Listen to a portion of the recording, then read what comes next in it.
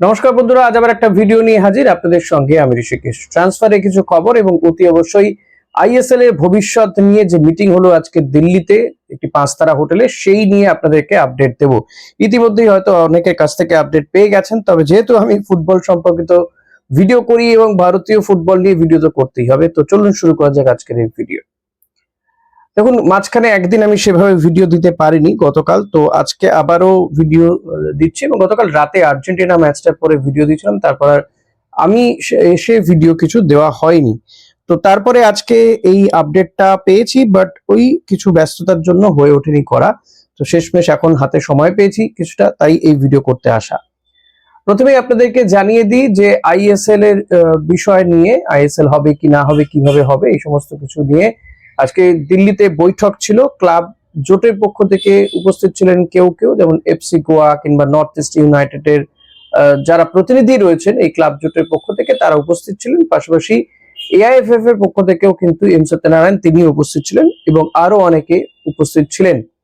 তো দীর্ঘক্ষণ তাদের মধ্যে বৈঠক হয়েছে এবং এই বৈঠক থেকে মূলত কোন কোন বিষয়গুলো সিদ্ধান্ত হয়েছে সেগুলো নিয়ে আলোচনা করব। কিছুদিন আগে প্রস্তাব করা হয়েছিল এআইএফএফ এর কাছে ওসিআই প্লেয়ার নিয়ে, যে একজন ওসিআই প্লেয়ারকে মাস্ট করতে হবে, এরকম একটা প্রস্তাব গিয়েছিল।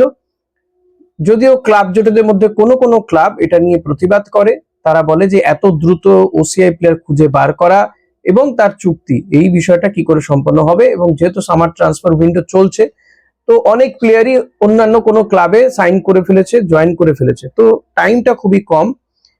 তবে মানে উদ্দেশ্য খুব ভালো, সেটা এই বছর না হলেও অন্য কোনো বছর থেকে বা আগামী বছর থেকে চালু করা যেতে পারে। তো ক্লাব জোটের এই বক্তব্য কিন্তু মেনে নিয়েছে এআইএফএফ, ফলত ওসিআই প্লেয়ার কিন্তু ম্যান্ডেটারি নয়, জানিয়ে দেওয়া হচ্ছে। তবে ওসিআই প্লেয়ার ক্লাব নিতেই পারে, যাদের ধরুন র্যাডারে রয়েছে, যারা ওসিআই প্লেয়ারের সঙ্গে কথাবার্তা বলেছিল যে এটা হতে পারে ভেবে ঠেবে, বা কিছু তাদের সঙ্গে যোগাযোগ রয়েছে, তো তারা ওসিআই প্লেয়ার নিতে পারে। কিন্তু এবছর সেই ওসিআই প্লেয়ার কিন্তু বিদেশি ফুটবলার হিসেবেই চিহ্নিত হবে।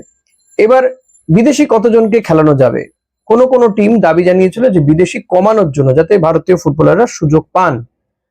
তো সেই সিদ্ধান্ত হয়েছে যে এতদিন ধরে যা চলছে, অর্থাৎ 6 জন বিদেশিকে রেজিস্টার করাতে পারবে, 4 জনকে খেলাতে পারবে, এটাই।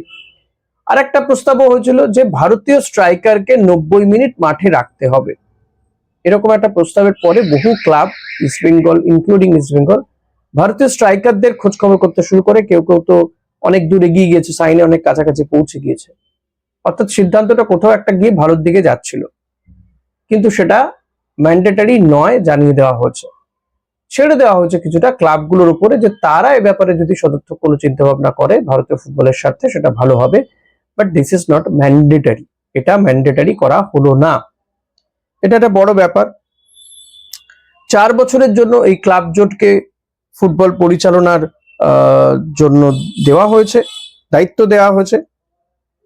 তবে এখানে এআইএফএফ থাকবে নিয়ন্ত্রক সংস্থা বা গভর্নিং বডি, নিয়ম, rules and regulation, all those things এগুলো কিন্তু এআইএফএফই করবে। ওসিআই প্লেয়ারদের দিয়ে আপনাদেরকে বলে দিয়েছি আগেই। বৈঠকে ভারতীয় ফুটবলের দীর্ঘমেয়াদী উন্নয়ন, লিগের বাণিজ্যিক স্থায়িত্ব এবং ক্লাবগুলোর ভূমিকা বাড়ানোর বিষয়ে আলোচনা হবে।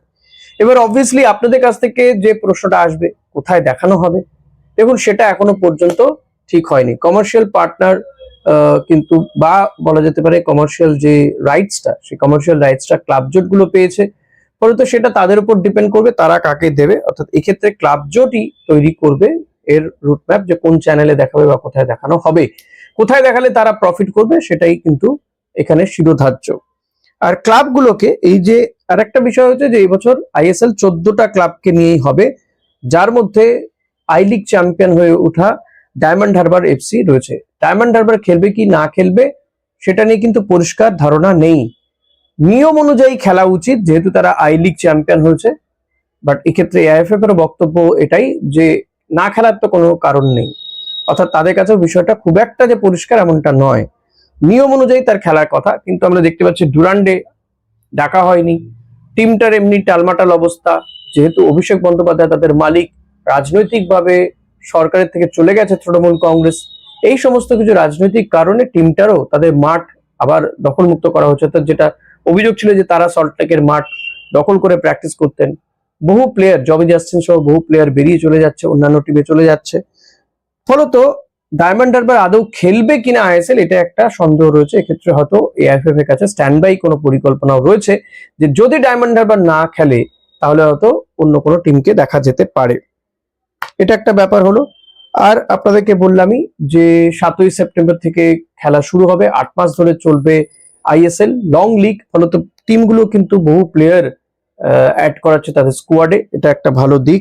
এবং এক্ষেত্রে যদি ভারতীয় স্ট্রাইকারদের কদরবারে নেওয়া হয়, খেলানো হয়, সেটাও কিন্তু বড় একটা দিক হবে। যদিও এই দিকটা কিন্তু এখনো পর্যন্ত মানে ক্লাবগুলো প্রতিবাদ করাতে এটা এখনো বলবৎ হচ্ছে না, নাকচ করে দেওয়া হচ্ছে। ফলত এটা এখনই বলবৎ হচ্ছে না এই নিয়মটা, তবে ভবিষ্যতে হলেও হতে পারে। তবে আমার মনে হয় এই নিয়মটা হওয়া উচিত ছিল। ব্যক্তিগতভাবে মনে করি যে এতে সত্যি ভারতীয় ফুটবলের কিছুটা উন্নতি হলেও হতে পারতো, কারণ ফুটবলারদের মধ্যে সেই গোল করার খিদেটা নেই। কেউ আর আজকাল ফরওয়ার্ড হতে চাইছে না, স্ট্রাইকার হতে চাইছে না, কারণ দেখে যে ভারতীয় দলের স্ট্রাইকার নেওয়াই হয় না। তো এটা একটা কারণ রয়েছে। এবং ক্লাবগুলো 4 বছরের জন্য আইএসএল এর কমার্শিয়াল রাইটস তারা পেয়েছে। এর মধ্যে যদি তারা বেরিয়ে যেতে চায়, মনে করে যে না তাদের লাভটাভ হচ্ছে না, তারা এটার রাইটস নেবে না, তো দে ক্যান মুভ। 2 বছর পরে তারা কিন্তু মুভ করে যেতে পারে। এটাই একটা বড় আপডেট।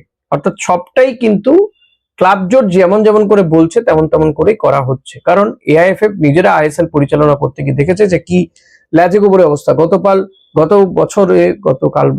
বছর মানে গত মরশুমে 13টা করে ম্যাচ খেলেছে এক একটা টিম। ভাবা যায় যেখানে কতগুলো করে ম্যাচ খেলা হতো, যে কারণে এএফসি তে কিছুটা সমস্যার মধ্যে পড়তে হচ্ছে। তো এই ডামাডোলটা যাতে না কাটে, তাই এই বছরের শুরু থেকেই কিন্তু এই প্রক্রিয়া চালু হয়েছে। আর আপাতত তো ডায়মন্ড হারবার খেলবে কি না খেলবে যেমন জানা যাচ্ছে না। মোহামেডানও খেলতে পারে যদি তার রেলিগেশন হয়ে গেছিল। তবে শাসক পরিবর্তন হওয়ার পরে পরে কি হয়, কোনো প্রভাব পড়ে কিনা এই খেলায়, সেদিকেও নজর থাকবে। ডার্বি দিয়ে শুরু হবে ডুরান্ড কাপ। তো তার আগে আশা করা যাচ্ছে বিদেশিরাও কিন্তু চলে আসবে একে একে। আপনাদের আগেই জানিয়েছি যে ইস্ট বেঙ্গল সপ্তাহ দুয়েকের মধ্যে প্র্যাকটিসে নেমে পড়বে। মোহনবাগানও অলমোস্ট তাই, খুব দ্রুত তারা প্র্যাকটিসে নামছে। তাদের নতুন কোচ প্যানার্জি হচ্ছে জিলম্পেসের নেতৃত্বে, আর ইস্ট বেঙ্গল হাবাসের নেতৃত্বে প্র্যাকটিসে নামবে।